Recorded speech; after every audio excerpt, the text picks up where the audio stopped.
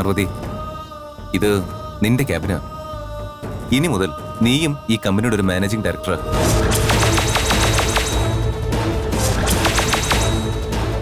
കഷ്ടപ്പെട്ട് പഠിച്ച ഞാൻ വെറും സിഇഒ.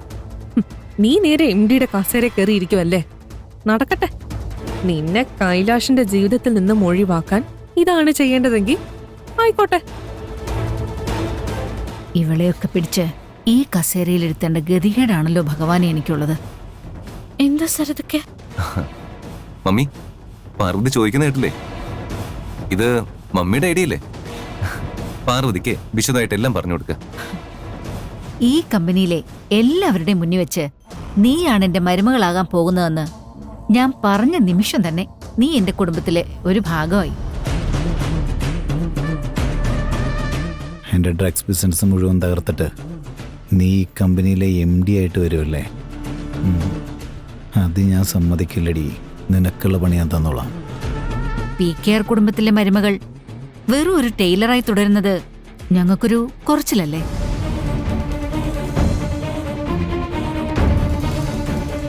നീ കൈലാഷിന്റെ ഭാര്യയാകാൻ പോവല്ലേ?